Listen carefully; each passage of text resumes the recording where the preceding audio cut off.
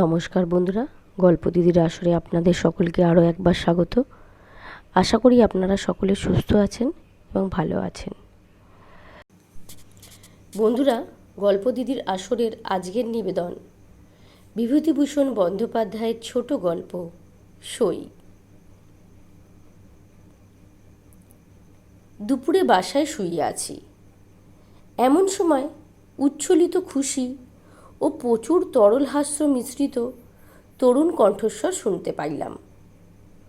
ও সই, শৈল, ও কেমন আছো? ও সই। পাশের ঘর হইতে আমার ভগ্নী হাসির সুরেই বলিল, এসো সই, এসো, বসো, কি ভাগ্যি যে এ পথে এলে। এই তোমার সয়া হাট করতে এলে, নতুন গুড়ের পাঠালি, সের দুই আর করলা আর বেনবেলা। ছোট ছেলেটার জ্বর আর সর্দি, তাই তোমার সয়ারে হাটে পাঠালাম। আমি বলি, সয়ের সঙ্গে কতদিন দেখা হয় নাই, ছেলেটাকে নিয়ে ভিড়ের মধ্যে আর কীভাবে যাব, যাই সয়ের বাড়িতেই গিয়ে একটু বসি। কথার ভঙ্গিতে মনে হইল দুলে কি বাগদির মেয়ে। আমার বোনের সহিত সই পাতানো তাহার পক্ষে আশ্চর্য নয়, কারণ তাহারও শ্বশুরবাড়ি নিকটবর্তী এক পল্লীগ্রামে। ছেলে মেয়ে লেখাপড়ার সুবিধার জন্যে শহরের বাসায় থাকে। দুপুরের ঘুম নষ্ট হইল। বোনের নবাগত সঙ্গীটি লেখাপড়া ভালো করিয়া শিখিলে অ্যানি বেশান্ত হইতে পারিত। মুখের তাহার বিরাম নাই, অনবরত বকিয়া যাইতেছে এবং কথার ফাঁকে ফাঁকে ও মাঝে মাঝে ছেদস্বরূপ বলিতেছে, সই, একটা পান দেবা? দোক্তা দাও না। তা দাও, একটা পান এমনিই দাও। ও হাবলা, এই তোর সইমা, চিনতে পারলি? আরে বোকা সোরা, গড় করলি নে সইমাকে, নে পায়ের ধুলি আর নিতে হবে না, এমনিই গড় কর। পান খাইয়া সে আবার শুরু করিল, ঘরের কত ভাড়া দাও? ও সই, 13 টাকা। ও মা, কনে যাব? তা কি দরকার তোমার শহরে এত টাকা খরচ করে থাকবার?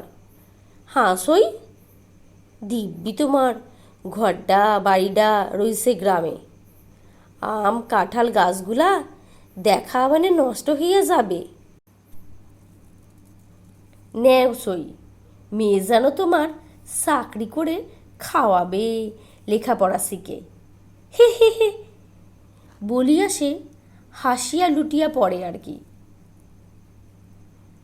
আমার শোবার ঘরের বাহিরের রোয়াকে তাহার হাসি ও বক্তৃতা চলিতেছিল, তাও এমন উচ্চ কণ্ঠে যে কলকাতা শহরে হইলে ফুটপাতে ভিড় জমিয়া যাইত। আমি একে কাল রাত্রে মশার উপদ্রবে তেমন ঘুমাইতে পারি নাই। এমন ভূপত আসিয়া জোটে আর জুটিল ঠিক কিনা দুপুরবেলাতেই। ছোট্ট বাসা, অন্য কোনো ঘরও নাই যে সেখানে গিয়ে ঘুমাবো। ও সই, ছেলেটার একটু জল দাও দেখি, অনেকক্ষণ থেকে বলছে। তা ওর আবার লজ্জা দেখলে হয়ে আসি, জল চাবি তো সইমার কাছে যা, তা আবার লজ্জা কেন দেখ ছেলের?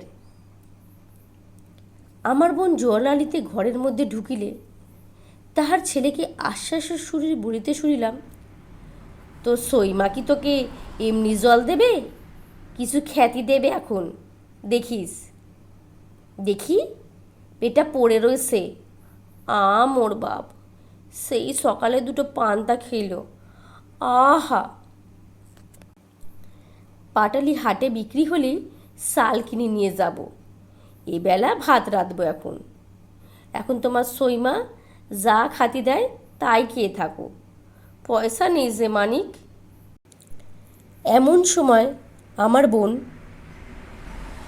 জল এবং বোধ হয় বাটিতে একটু গুড় লইয়া রোয়াকে গিয়ে উপস্থিত হইল।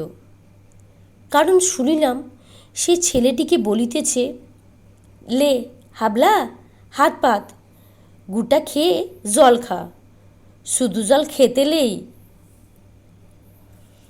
হাবলা ও হাবলার মা যেন একটু নিরাশ হইয়াছে। ইহা আমি তাহাদের গলার সুর হইতেই অনুমান করিলাম। হাবলার মা নিরুৎসাহভাবে বলিল, লে গুড়টা হাতে লে, খেয়ে ফেল, যেন রোয়াকে না পড়ে। ঠিক দুপুরের পরই সময়টা। এখন যে কিছু খাইতে দেয়া প্রয়োজন এ কথা আমার বোনের মাথায় আসে নাই বুঝিলাম। তাছাড়া পল্লীগ্রামে এরকম নিয়মও নাই। ভালো কথা সই, তোমার জন্যই ভালো লঙ্কার বীজ আনলাম।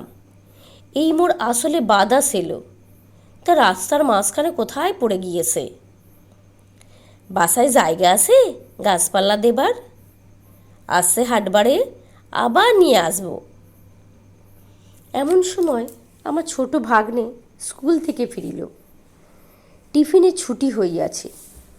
সে সকালে খাইয়া যাইতে পারে নাই, তাই সে ভাত খাতে আসিয়াছে। ও টুলু, চিনতে পারো তোমার সইমারে? হি হি হি হি, ও ছেলে এরই মধ্যে কত বড় হয়ে গিয়েছে। গায়ে এটা কি জামা?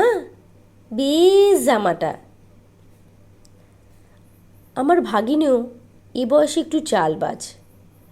গ্রাম হইতে আগত এই সইমাকে দেখিয়া সে যে খুশি হইয়া উঠিয়াছে এমন কোনো লক্ষণ তাহার ব্যবহারে প্রকাশ পাইল না।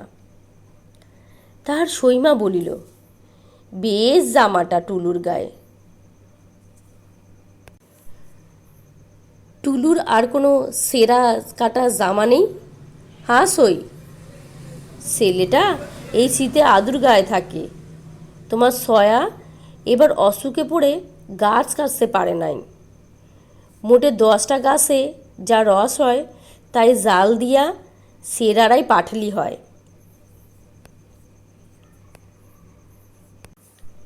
হাটরা হাটে পাটালির দর নেই, তার উপর 100 পয়সা সের। ও থেকে চাল ডাল ওই সব। গাছের আবার খাজনা আছে। ছেলেটাকে একটা দোলাই কিনে দেবো ভাবছি, আজ 3 হাটে। কোথা থেকে দে দেখি বলো। কী রে সই, কী রে? ছেলের আবার আবদার দেখো না। আমার বোন বলিল, কি বলছে হাবলু? ওর কথা বাদ দাও সই। রাস্তা দিয়ে ওই যে মিনসি চিনির বল যাচ্ছে না, হাবলু বললে গোলাপ সরি। তা যে সরিই হোক, ওই ওকে কিনে দিতে হবে। না, ও খায় না। ও কি সরি? গোলাপ সরি?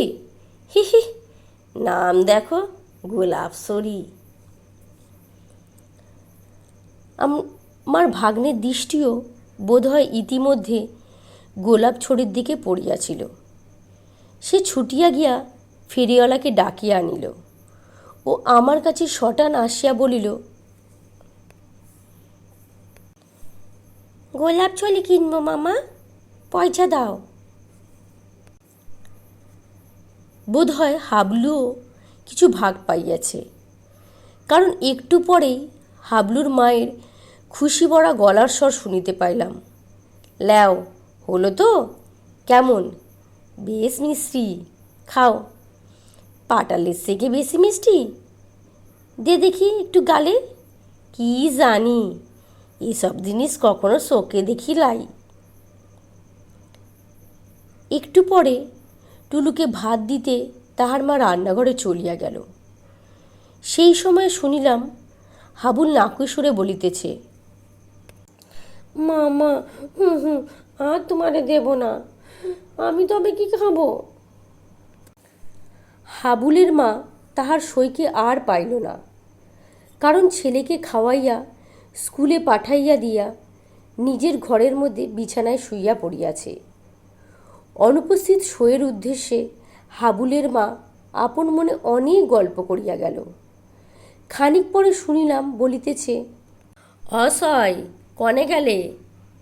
ঘুমোলে নাকি? মোড়ে একটা পান দেবা না? কেউ তাহার কথার উত্তর দিল না। বেলা 3টা বাজিয়াছে। আমি বেড়াইতে বাইর হইতে গিয়া দেখি অতি মলিন শাড়ি পরনে এক 22-23 বছরের কালো কালো মেয়ে একটা চুপড়ি পাশে রাখিয়া ঠিক পৈঠার কাছে বসিয়া আছে।